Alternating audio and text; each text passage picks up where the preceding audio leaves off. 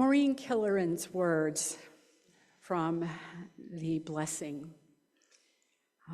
for the concerns came late to me in preparing for today.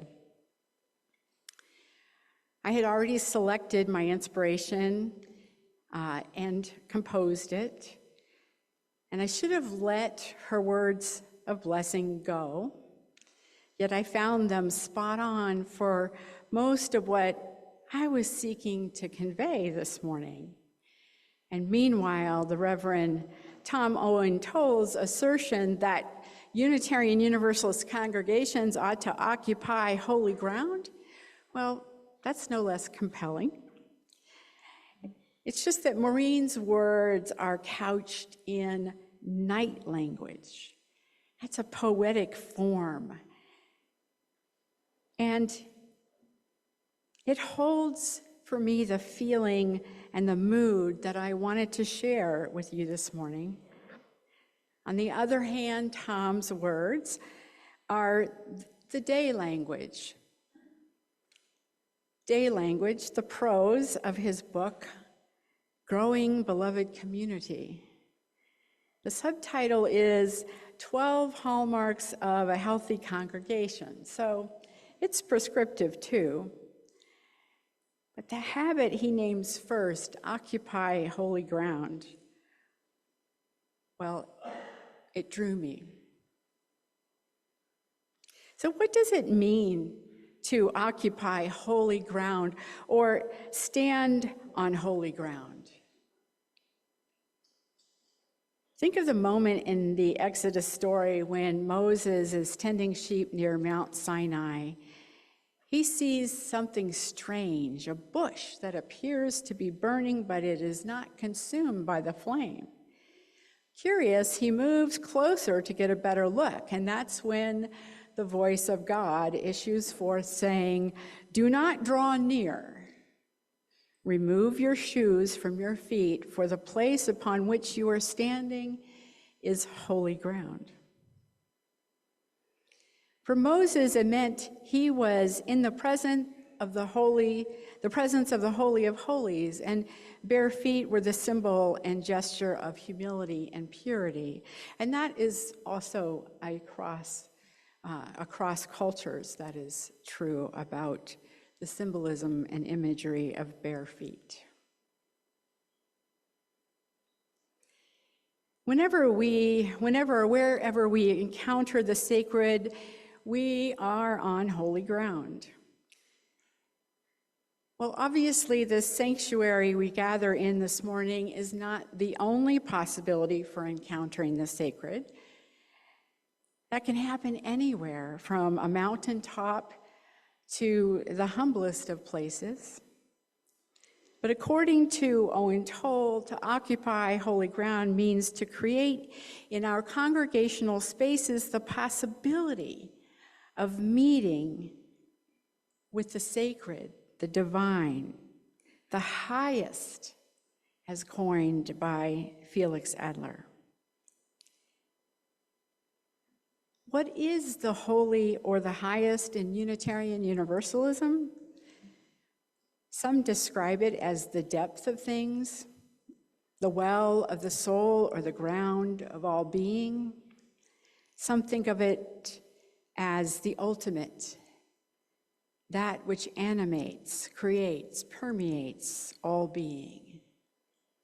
And for yet others, the holy is divinity, of God, goddess, of spirit of life. To understand the quality of congregational life that invites in the holy, we need to understand the concept of ecclesia, a Greek word meaning an assembly gathered for a sacred purpose. Ecclesia is a kinship grounded in conviction and commitment. It is the structure by which we are called out of our dailiness and called into a holy quest. Ecclesiology, maybe a more familiar word, is concerned with the function of a church or congregation in its capacity to help us grow and mature in faith. In our secular lives, we tend to be ego-driven. We become dependent on our work and our possessions to define us. We might overvalue privacy, independence, and self-reliance. The church, the congregation, calls us toward the reality of our interdependence. Interdependence. We are dependent on one another. And in terms of our living in this biosphere, which is described by the seventh principle,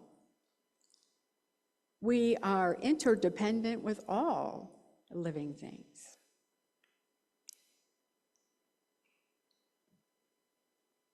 And I think that interdependence is the hallmark of beloved community. And beloved community is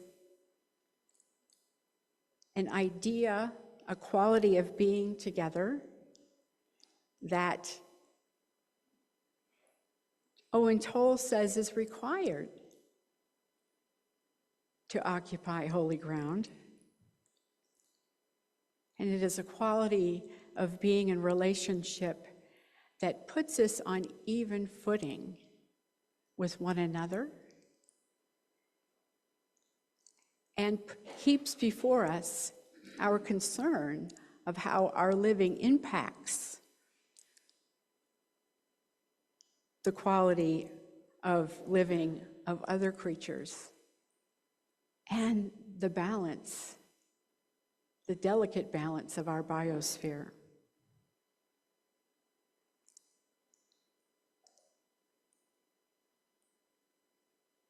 We are called in this way out of our dailiness on the Sabbath. For us, the Sabbath is Sunday. Sabbath is the Jewish term for time out. On the Sabbath, we remember that material and technical products were made for people, not people for products. On the Sabbath, we step off the hamster wheel of productivity, even in retirement, right? You have a schedule, you have a list to do, right? But this is stepping out of that role, that way of being. And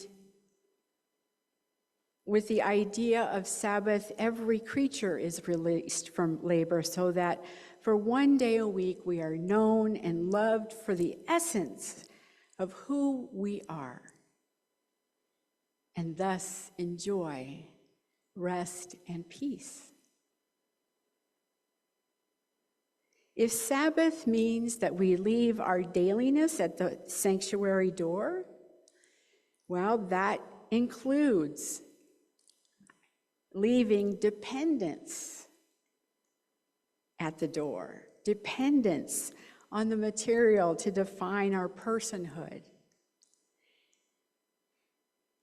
And we leave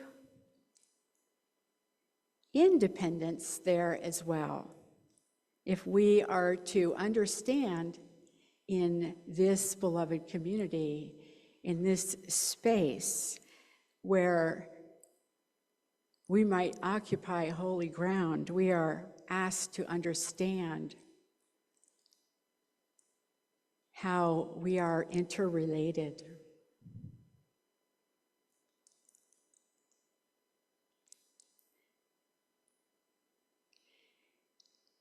Interdependence, interrelation,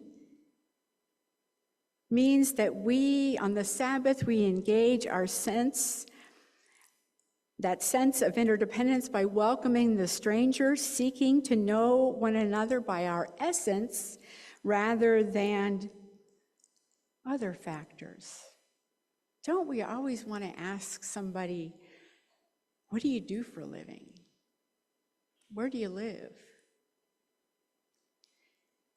Interdependence means, and being in our essence with one another means that we ask other questions first. How's your spirit today? What brought you here? Can I get you a cup of coffee?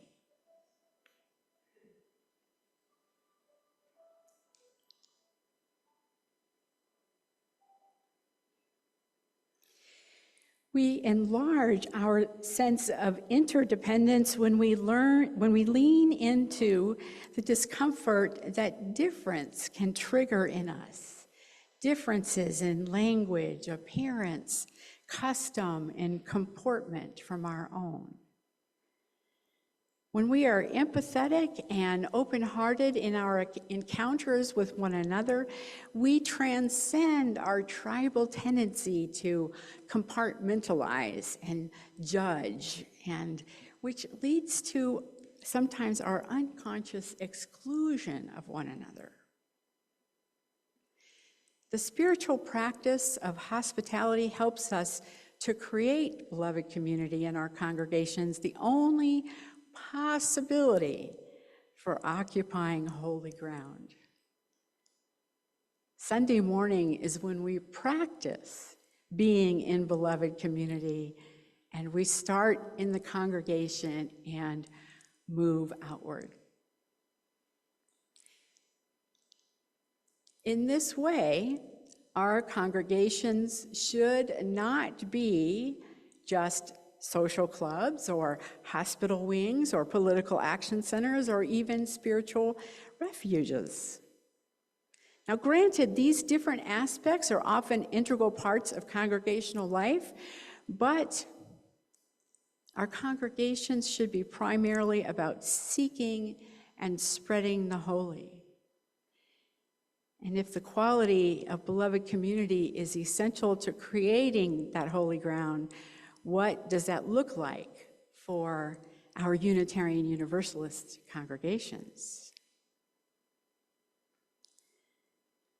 The various ways of describing the holy that I shared earlier, that speaks to our pluralism and our freedom to search for our own truth and meaning.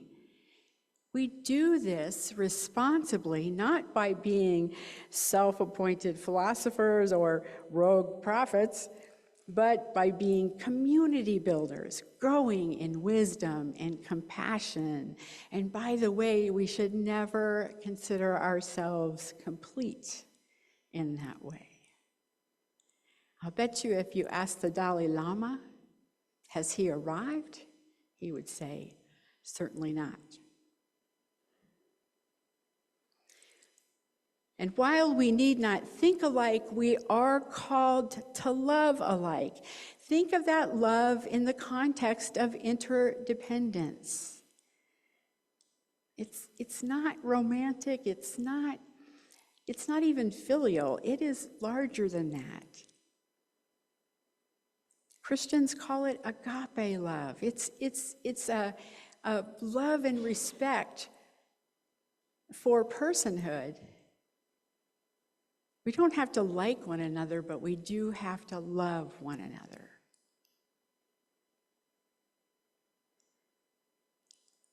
I spoke earlier about transcending our ego needs in favor of relationship and mutuality toward one another in congregational life. And while tending to our own responsible search for truth and meaning, we do not forget to care for others or abandon our call to work for justice and just and equitable communities inside and outside our walls.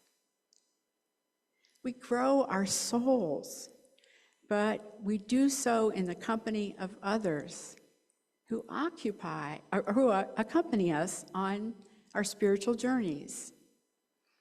In the workaday world, we are human doings.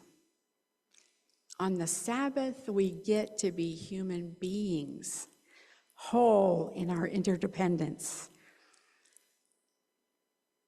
on ground that is hallowed and ordinary at the same time. Owen Toll reminds us that holiness does not imply the need for piety or for esoteric ritual, but rather to occupy holy ground means to be still. Be still and know we are sustained by a mystery that is beyond our control and comprehension. I think even the most astute scientist, astrophysicist, for them there must be something that they don't fully understand. And certainly the workings of our world and our universe are far less in our control than we like to think. And this is why we need to occupy holy ground. Because facing the indifference of the universe alone, well, it would terrify me.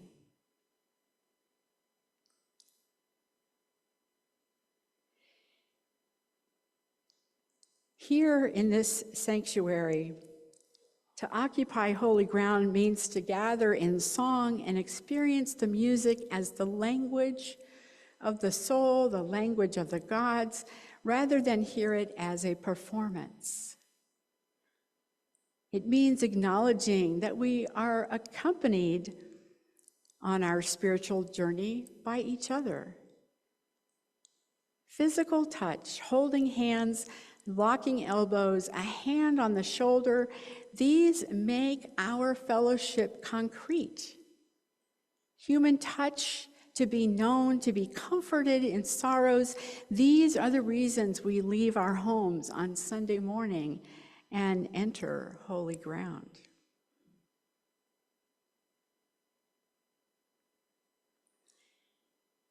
Equally, when we occupy holy ground, we must expect our indifference to be challenged.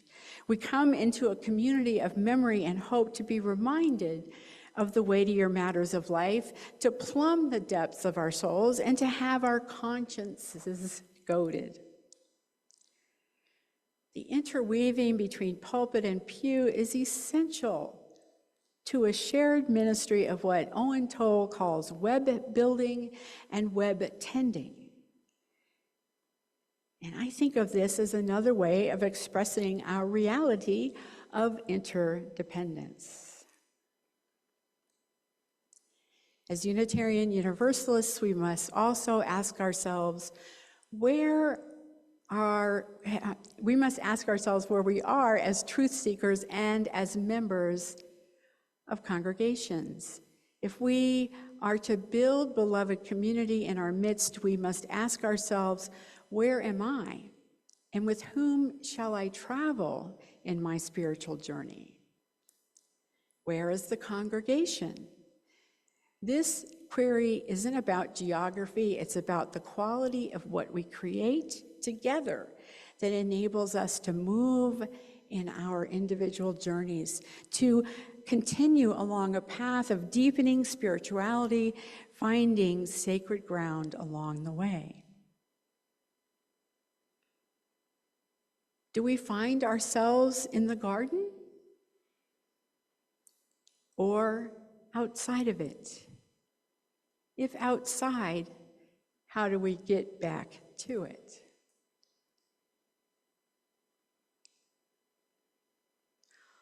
Holy are the places of change and pain, the places of our struggle where the rivers of our lives run white and fast, and we hold on. We hold on and grow. Maureen Killoran's words this morning affirm what our fellowship has experienced as of late, places of change, places of struggle. Reverend Killoran counts the white waters of our congregational life as holy if we hold on and grow from our challenges. Holy are the places of becoming, the places of clear vision where life and world are intertwined and we can see forever in this moment and give thanks. Reverend Kelleran assures us there will be places of clear vision, and for that we can be thankful. We must remember to breathe deeply when the way is not clear and know that what is needed will come. Anxiousness obscures our sense of the sacred. This has been a hard lesson for me as of late. How to stay centered when you're going over the rapids. We must remember that beloved community is interdependence. Interdependence is mutuality. It is the notion that my well-being is tied up in your well-being, and until I am willing to participate fully in creating a peaceable kingdom in our midst, I will not know peace.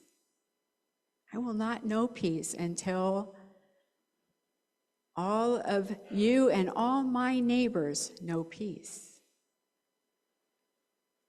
Martin Luther King Jr. said, "We are caught in an inescapable network of mutuality, tied in a single garment of destiny." To me, this is the notion that we live interdependently here in this congregation and beyond. And I pray that we as Unitarian Universalists, as creators of the sacred and the holy in this fellowship, acknowledging our need for one another in congregational life and ever-widening circles of community, I pray we find and occupy the holy ground we need to survive. Not only to survive, but to thrive. May our thriving be so. Thank you.